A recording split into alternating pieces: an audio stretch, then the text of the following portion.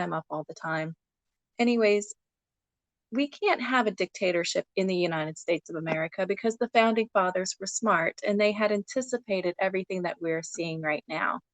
The Federalist Papers explains everything that we are seeing right now, almost verbatim. With the impeachment trials, they said that it was going to be turned into this political circus.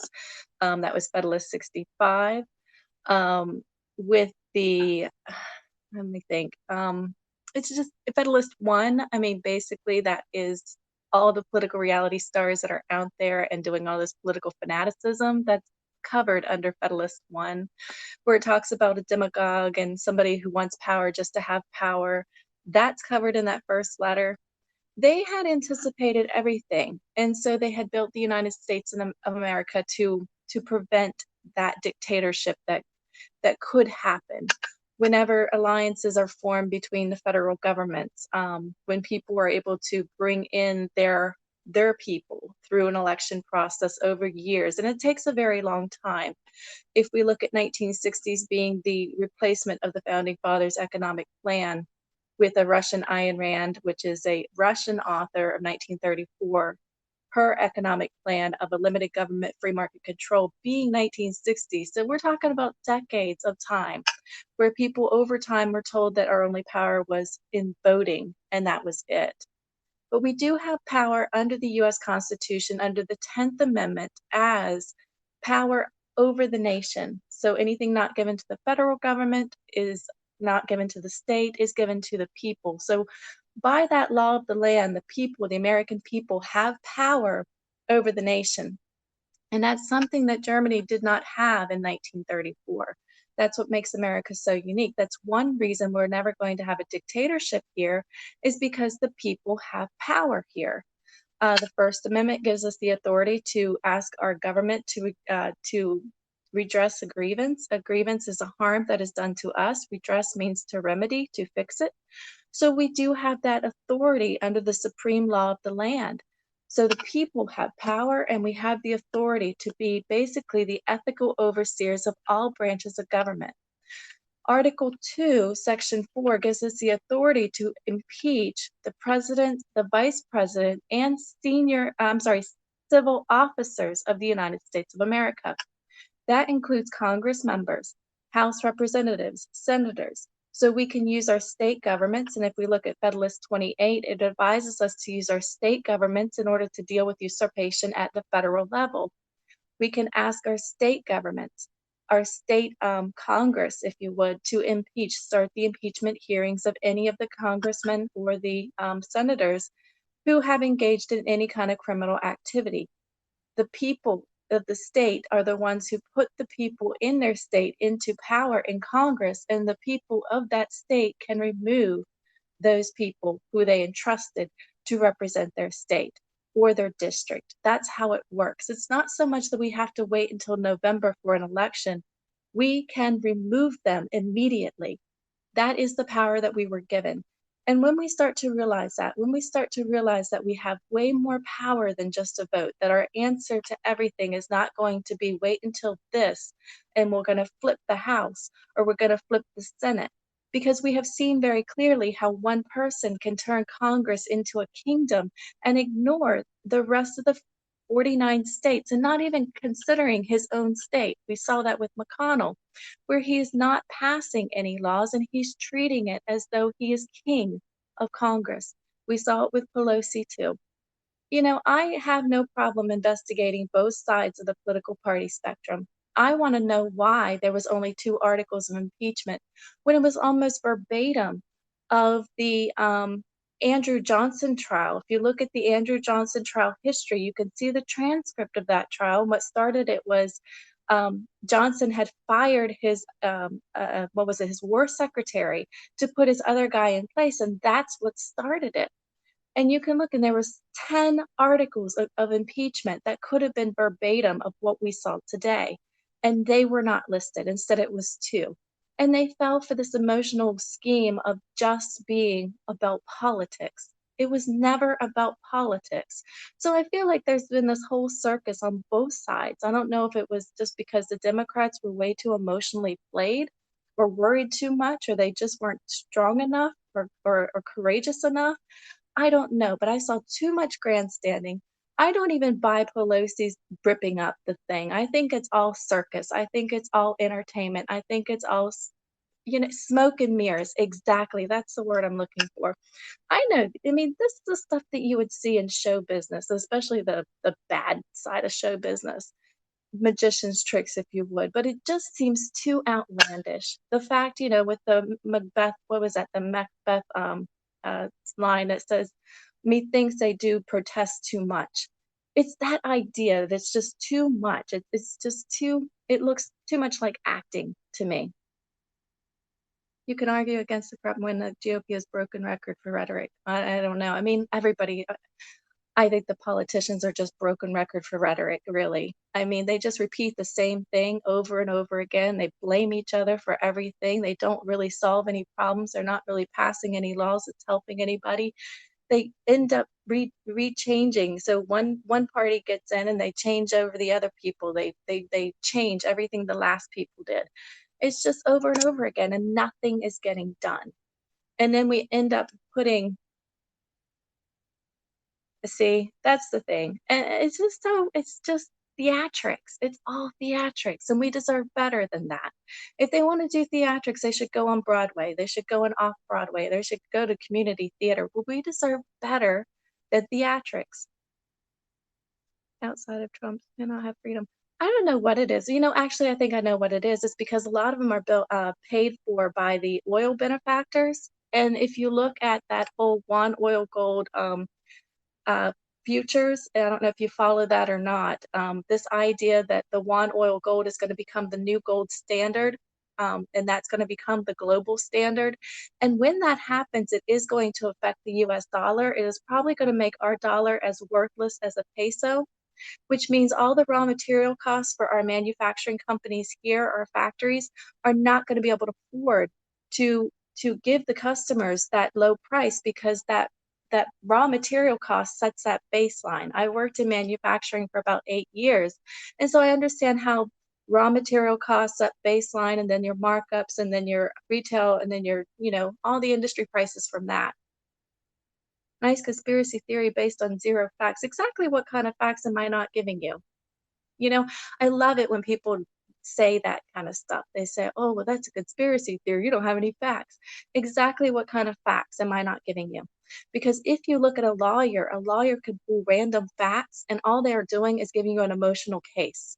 They love it whenever, lawyers love to say facts, not feelings, but all they're doing is pulling random facts and then creating a moral argument based off of whatever it is they want you to believe. They are fooling the jury. They're paid to lie.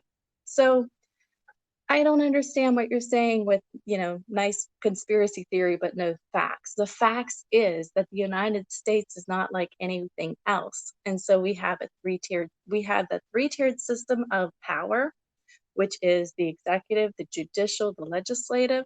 We have that within the federal branch. We have that within the state branch. We have that within the local branch. Of course, what do you mean I don't know lawyers? Of course I know lawyers. They're nothing but egotistical actors of the courtroom. The paralegals are the ones who actually do all the work. They're doing all the investigation. They do all the research, but they don't get the credit for it, because lawyers have, what do you mean, see, you don't? See, you're not even making if you're a lawyer, you have not made a single case on anything that you're saying right now. You're just throwing out random words. "Oh, you can't do that." You're just throwing out insults, but you're not actually backing anything up that you say. I'm a logician. So that means I'm a systems thinker, which means that I look at the things that are measured and the things that are tracked, and I ignore all the emotional crap. So if you're going to say, well, facts not this, or this is conspiracy theory, then you should come forward and say, well, here's my opinion, here's what I think, and actually bring some kind of defense to it, instead of just acting like a child and throwing insults. I mean, come on. You want to have a debate, I have no problem having a debate with you. But if you look at me and you say, "I'm just going to devalue your words," your ego is so shallow, you want to hear yourself speak like a narcissist? No, honey, I'm an altruist. An altruist is somebody who puts people above everything else.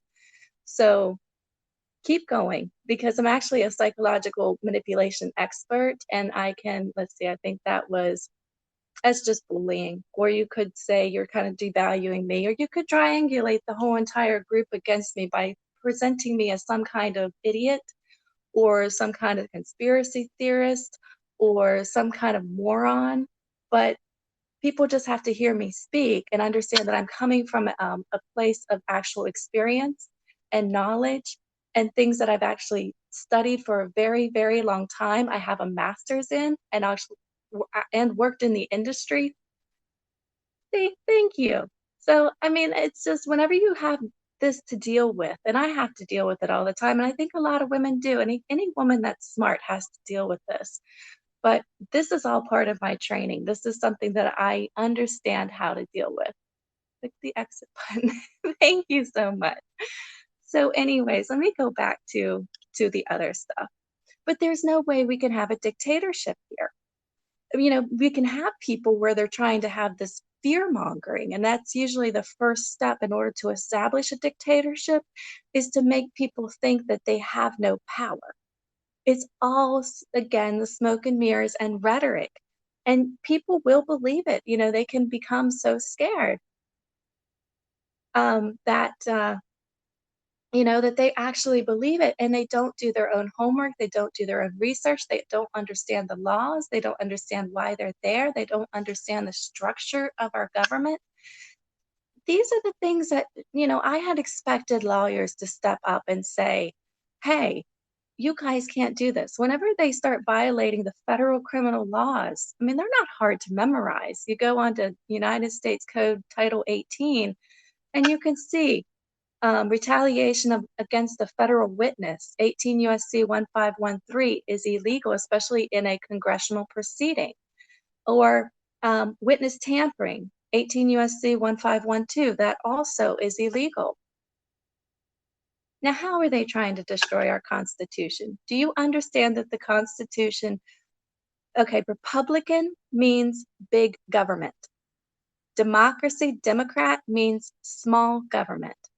So everything that the Republicans or the GOP have been preaching about small governments has been completely a contrast to their name, Republican. Do you understand that? Do you see how the wording and the words matter? The democracy is the idea of the smaller governments within that republic, which is what the United States is. We are a democracy within a larger republic. And the first parties were Democrat Republican Party and Republican Party. So both of them were Republicans. Oh, come on. It was just a piece of paper. It's not like she did anything. I mean, this is so silly. Really? You're going to get all upset because she destroyed what? Paper? You could always take and reprint it. You could sign it. But Barr refuses. Exactly. So Barr actually is violating the Department of Justice rules. Whenever you look at those and say conflict of interest, he is violating those rules being the USAG. By their own policy, he should not be allowed to be the USAG. The fact that he has relatives involved in Trump's legal case makes him invalid to be a USAG. But we're not looking at policies anymore. Even the departments are not following their own policies. Now, why is that? How is it that they get off not following their own policies? In any other corporate setting, people would be fired on the spot for not following their own policies. So, how is it that we are giving government leaders such leeway? How is that? I mean, it's up to us to make sure that they have to follow their own policy. Otherwise, they can write whatever they want. If you don't want to have that dictatorship, then you have to step up and call them out on it. President Trump, not Trump. Oh, good grief. No, honey, I don't really. You're gonna be upset because I don't call him President Trump. Did you call Obama President Obama, or did you call him a bunch of names? Hmm? Did you call him all these nicknames, Abuma and whatever? I mean, you're going to chastise me on not using the formal pronunciation of President Trump or Trump? Exactly. You know, you're going to come at me. I'm going to reflect it back on you. I'm going to ask you the question. You're hitting on a certain tab, my fantasy book collection. I don't know what you're talking about. But anyway, you mean you can create any kind of fantasy out of me you want. I like to use the different stereotypes of either Robin Hood or betrayed Aries or American revolutionist or I don't know, give them. But you know, I don't mind the stereotypes, you know. So, anyways, that's how it works. So when we know what the policies are, when we know what the rules are, and in fact, the federal heads, they're violating 18 USC 208, acts affecting a personal financial interest. If they make so much of a $50 off of any of the policies that they create, they have violated that law. So we have laws. We are a country that is a structure of laws. We're not a country that is controlled by rulers. We elect our own peers into these seats of power. We have the power to remove them immediately. We can fire them with impeachment processes through our state government. They do not control us. We are the ones that they work for. Congress works for the people. And when Congress decides they no longer want to work for the people sitting in Congress do no longer need to be sitting there. We have these career politicians, and maybe they have completely forgotten what their whole purpose is in being in Congress. Maybe they feel like it's a power trip for them. Exactly. I don't like either party. You know, I'm so fed up with both. I think the Democrats are too overly emotionally played, and I think the Republicans are too greedy. And in fact, I think the Republican Party was completely usurped by a Tea Party faction of the 1% who are lying about God, the founding fathers, the US Constitution, in order to create a corporate monarchy where all the people's power, which we saw with Citizens United, was given to a corporation. Which is the one cool thing about my startup corporation is that I am considered a person legally, and then my corporation is considered also a person. So I've assigned it the name a capitalist beast. It's me and my capitalist beast, and we can come as two people whenever we present our cases for anything. In fact, when I wrote a letter to the Department of Homeland Security on behalf of, I think it was the 14th Amendment being a common sense law. It's a common sense equality law that says if you are a citizen of America, whether you are born citizen or naturalized as a citizen that's accepted as a foreigner to this land, you are considered fully covered under the federal laws and the US Constitution.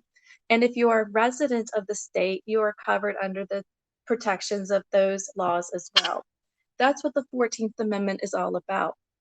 But for whatever reason, we have decided that it no longer applies to certain groups in America. And even women are being considered a second class citizen now, which I can't understand how they could think that. You're a law. No, I'm a nerd. I'm a nerd, I'm a geek, and a dork.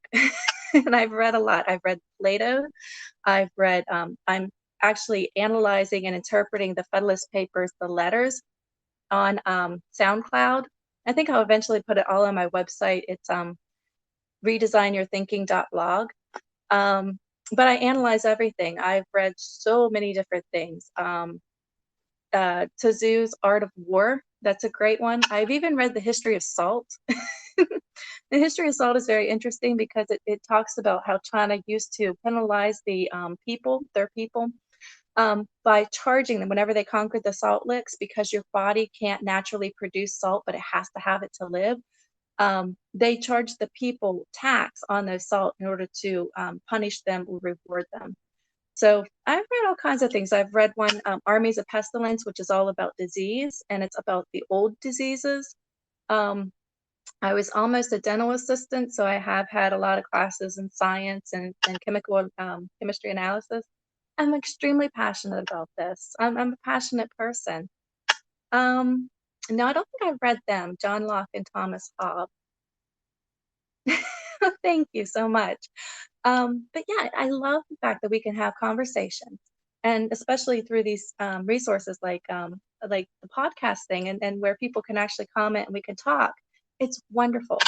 So I'm going to end it because I think everybody is probably wanting to go to sleep, and I need to go to sleep, and I don't want to wake up my family. But this has been really nice, and so I'll continue to do these, and we can just get a little bit fresher perspective on how our government systems work, how our laws work, but it's up to you to start studying them. That's very cool. All right, well, I'm going to go so I don't wake up everybody, and have a good night.